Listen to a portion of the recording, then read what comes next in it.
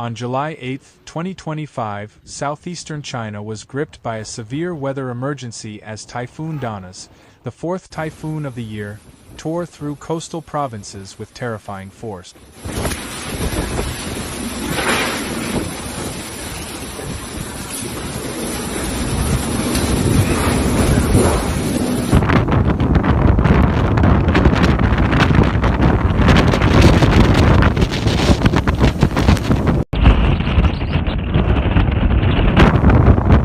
The storm's massive cloud bands unleashed a destructive combination of violent wind gusts, lightning storms, and torrential rainfall. Cities like Shaman in Fujian province bore the full brunt of the assault, while Zhejiang province initiated sweeping shutdowns of transportation systems and port operations to minimize casualties and structural damage.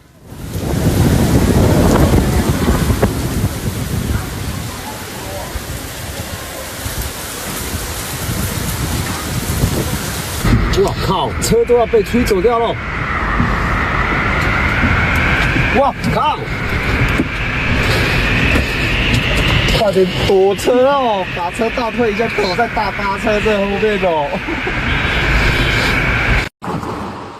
美女进来，在窗户进来，打那个玻璃。In Shaman, the situation escalated from calm to crisis in a matter of hours. From early morning, the skies turned ominously gray, and by midday, thunderclouds had built into a swirling vortex of wind and rain.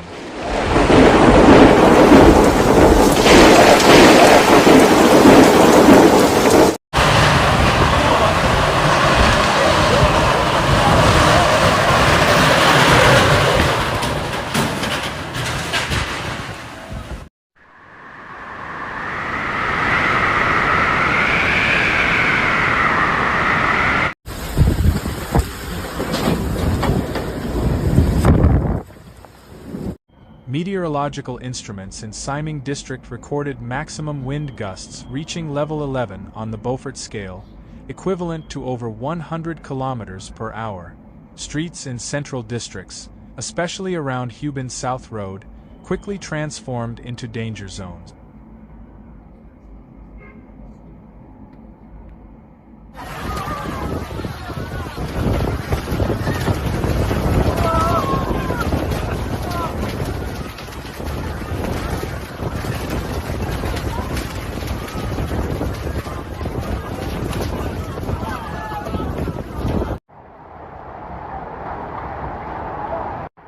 操，下冰雹了！下冰雹！我操，太恐怖了！ Heavy rainfall pounded the city, overwhelming stormwater drains. Giant trees lining the roads were violently snapped or uprooted, their trunks crashing down onto roads, cars, and sidewalks. 你看那个浪哦，我的天！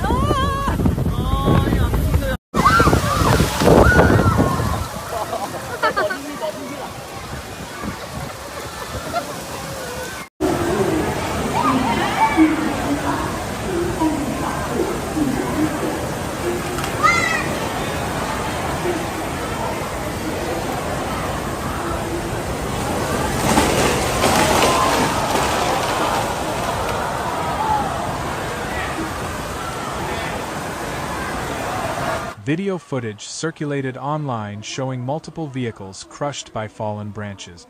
In some intersections, manhole covers were forced open by surging underground water pressure, creating additional hazards for pedestrians and cyclists.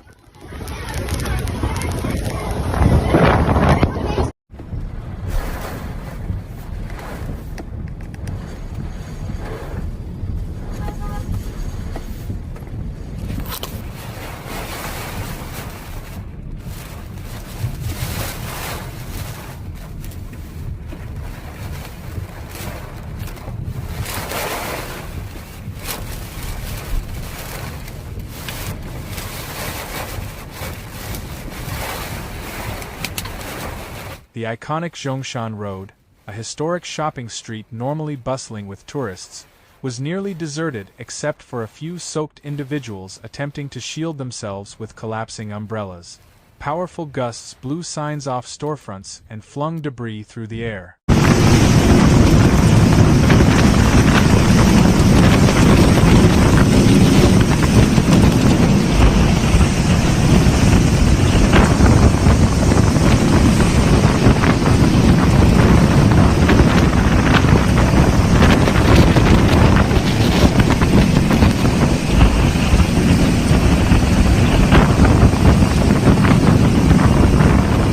Perhaps the most dramatic moment unfolded at Geological ferry terminal, where hundreds of tourists were caught waiting for a ride to or from the popular island. As Typhoon Danas's outer bands intensified over Shaman Bay, the terminal was hit by a sudden wall of wind and rain. Security guards and port staff began shouting instructions to evacuate the exposed dock areas.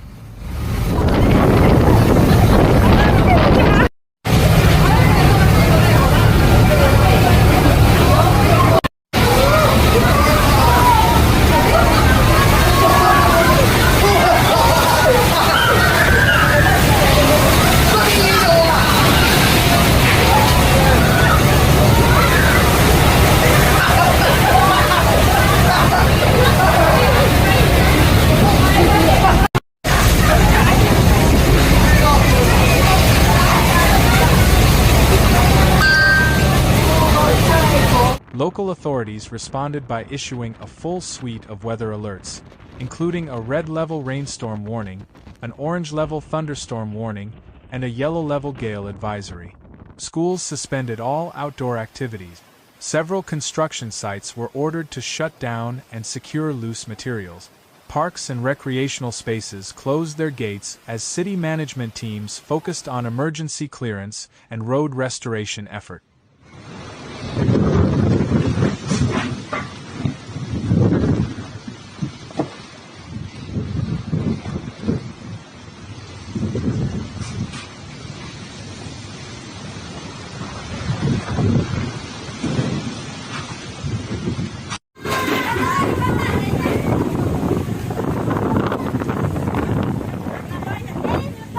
Dozens of emergency teams were dispatched across the city to deal with fallen trees and flooded roads on the outskirts of Shaman.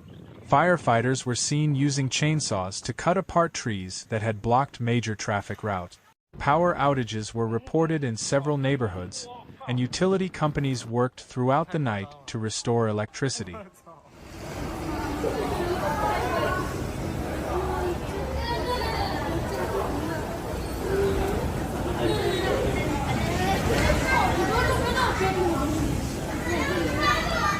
Further north, Zhejiang Province entered full-scale typhoon defense mode.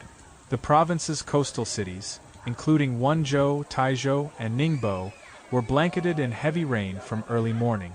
In response to worsening conditions at sea, border inspection and port security stations in Shaman and Zhejiang launched typhoon emergency protocols.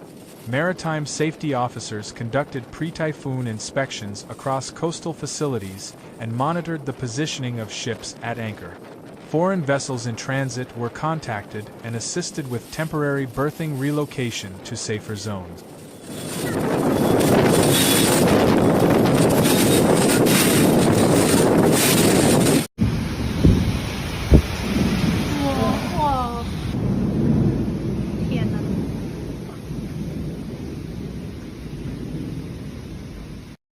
The storm's impact, though intense, was not solely due to a direct landfall.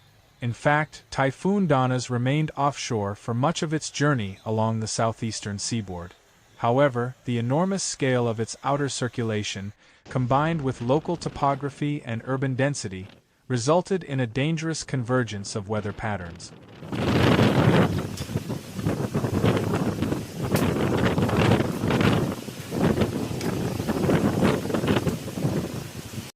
The storm's sheer size allowed it to unleash damage on a regional scale, disrupting life in dozens of cities even without a central eye hitting land.